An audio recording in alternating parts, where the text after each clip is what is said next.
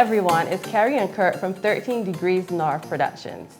And this year we're celebrating our 10th anniversary. So we thought we'll take you along on a journey of our top 10 most memorable jobs over the past 10 years. So where are we gonna start, Kurt? We're gonna start at the beginning. One of our first jobs in 2014. And I remember this like it was yesterday because this job has stuck with me, and when I see the individuals that were involved in this job on a day-to-day basis now, all grown up, 10 years later, it is always heartfelt.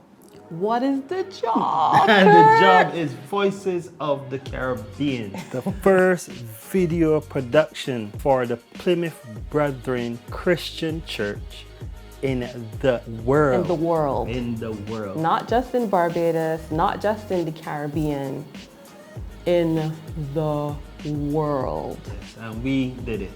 Small company at that point in time, 5-man crew, and traveled across St. Vincent, Trinidad, Jamaica, and then we also shot here in Barbados. So just let me tell you what the project was about. Essentially, they wanted to do a visual album because they had recorded an album, then they wanted to do a visual album. And funny enough, it was around the same time that Beyonce had just released her visual album. So at the time we were shooting, she had just released her visual album. Her first one, and everybody was like raving about it. And I was thinking to myself, they're so forward thinking, like they had the same idea as Beyonce. And we ended up with about, I would say, each choir was about 30 people, excluding Trinidad. Yeah, Trinidad had Trinidad. the smallest. Trinidad is probably like 10 or so people. Yeah. But on a whole, the choir was probably like 100 and, what do you say, like 120 or? 120 people. Yeah, something like that. 120 kids or children. And that has impacted our lives significantly. To be quite honest, the Plymouth Brethren are literally one of our favorite clients to work with, if I do say so. They definitely push us every time that we have a project. They push the boundaries of what we can do, and as we take creativity to a higher degree, they like to explore that factor. Yeah. So I wanna dive in, and if we were to call the different countries that we went to, if you could recall, we both do this. If you could recall, like what was the most memorable thing in each country? Let's start Barbados. Most memorable thing in Barbados. Very first day of shoot, we are in Independence Square, 4:30 in the morning. This is a good one. Pitch black. And we hear something that sounds like a convoy of vehicles coming our way, buses, trucks, and we are like, what is going on? And coming up Broad Street were toilets being towed by a truck, buses of children, wardrobe, catering, and we are like, okay, we didn't really expect you all to get the level of production that we are at right now, but they came and surpassed our expectation. And all you saw for 4:30 more is just lights and more lights and more lights and more vehicles and more people coming, and we were like, this is going to be fantastic. Yeah, I would say that, well, coupled with another, for me, it was another morning, which was the Bathsheba morning as well. Because the thing is we know, like in production, your mornings start very, very early. So again, Bathsheba was, we were shooting at sunrise actually, so we had to get there, 4 a.m. call as well. And we got down there and everybody was there. Everything was out of trucks. The breakfast was already made. It was almost like if they camped down there. That's how it felt. Yeah. And all we had to do was show up, and to think that we knew we had the meetings with them. We knew we told them what we needed, but we just did not expect, like he said, the level of production that that they came with. And in Barbados, because Barbados was the first place that we had shot for this project. And there was what was called transport. And transport was more than transport. Yeah. Transport was like your go-to guys for everything. You got a flat tire? Call transport. You need a tree cut down? Call transport. Anything you needed, transport will do it for you. And even that spirit of transport went across the Caribbean. So like in each island, there was another transport, but they were the same. It was great. Yeah, it was a great experience. Correct. All right, so next island, Trinidad. Next island, Trinidad, most memorable thing in Trinidad. The most memorable thing is not the best thing, but the most memorable thing was the police escort through Trinidad every day, driving like crazy, to the point where, for me, it became an endangerment to the kids that we were traveling with, and I literally had to speak to our driver. I was like, all right, this is foolishness. We need to put a stop to this. We don't need to be hustling. Yes, we are trying to stick to time, trying to stay on schedule, but endangering the life, or where it gets to the point where you feel as though you're endangering the life of the choir, then we're going a little bit too far. Yeah, it was, I would admit that drive with the escort, that was crazy. And it was a good call for you to stop the vans and tell everybody, slow down. Like we got to a location one time and the wardrobe truck was like disheveled basically, because of how we were like going around the corners and that sort of thing. And it was like, it made no sense. It's like safety first. It doesn't make any sense like going that fast and then something happens and then what can you do? Nothing. For me though, I think it was when we landed in Trinidad, because we landed in Trinidad pretty late at night. I think we got there at 12, but we got out the airport. Yeah, about near 2 o'clock or it was late. It was late. And for some reason, well, no, I think, right, and our first shoot, was it that our first shoot was pretty early, right? The sunrise shot in the east of the island. That was our first shoot. That was a 4 a.m. call time. Yeah.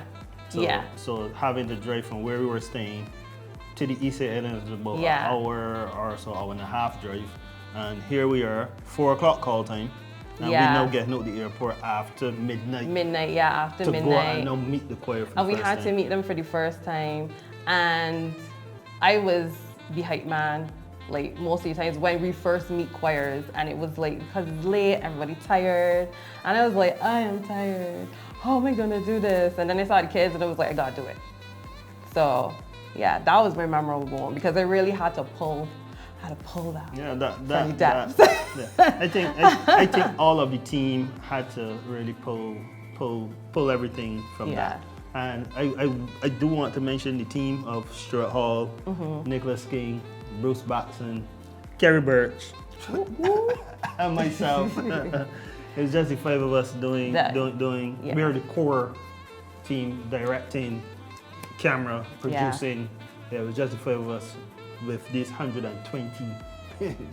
And in Barbados kids. We had Carlos Scott as well. Yeah, in Barbados, correct. So Carlos came in for 1 day in Barbados. Can't forget you, Carlos. All right, so now let's hop on over to Jamaica. Most memorable moment in Jamaica. I don't know if it's the ruins. Honestly, probably I would say Hausha be. Hausha. Going to Hausha, shooting at Hausha.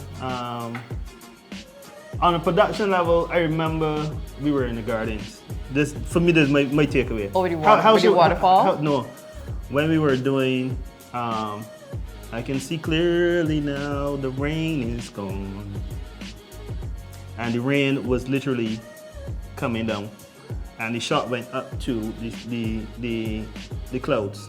And there's just this blue line, this blue sky, but just beyond that, any higher, it was totally black. It was gray, like it was amazing. It was just like this picture perfect bit of blue for that song at that point in time.